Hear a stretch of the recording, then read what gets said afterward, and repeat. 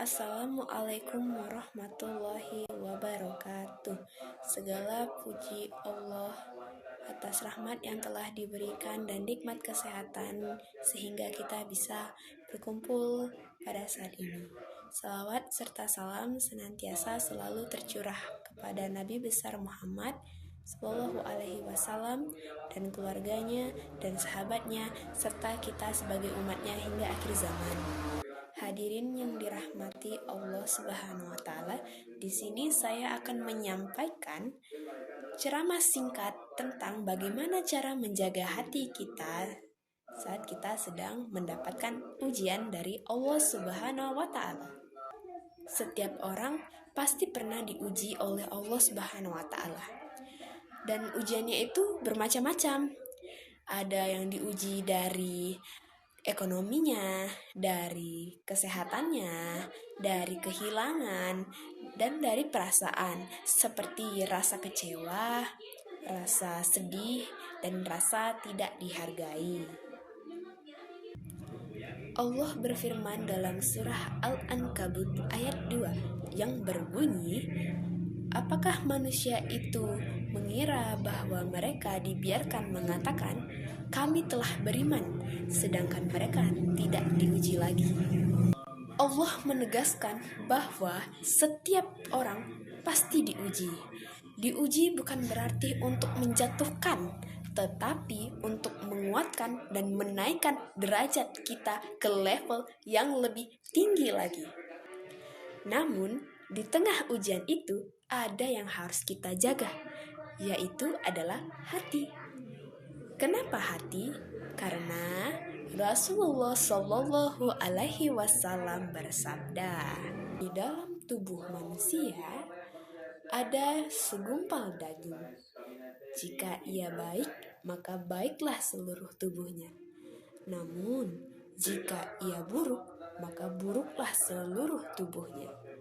Hati adalah segalanya. Jika hati kita berisi dengan prasangka buruk, maka kita akan mudah marah.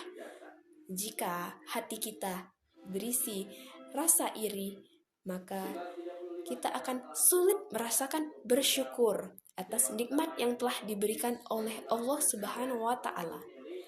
Dan jika hati kita dipenuhi rasa dendam, maka kita akan sulit memaafkan.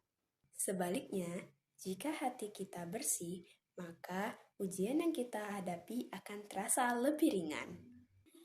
Teman-teman yang dirahmati oleh Allah, pastinya kalian sering sekali berpikir bahwa kehidupan orang lain itu lebih baik, lebih bagus.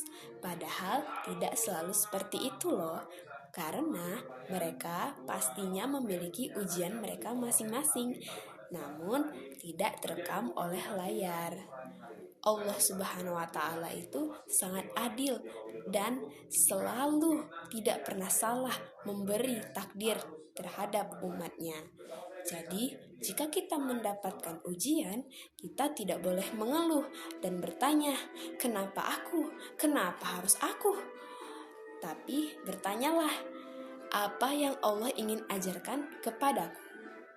Hadirin yang dirahmati Allah, cara kita menjaga hati saat kita diberi ujian ada beberapa hal, yaitu pertama, salat dan sabar. Sesungguhnya Allah bersama orang-orang yang sabar, sebagaimana dengan firman Allah pada surat Al-Baqarah ayat 153 yang berbunyi, wahai orang-orang yang beriman, jadikanlah sabar dan sholat sebagai penolongmu. Sesungguhnya Allah bersama orang-orang yang sabar. Yang kedua adalah saling memaafkan. Terkadang ujian itu datang dari manusia, ada yang menyakiti dan ada yang mengecewakan. Jika rasa sakit itu terus kita pendam, maka hati kita akan merasa lelah. Dan oleh karena itu, kita harus saling memaafkan.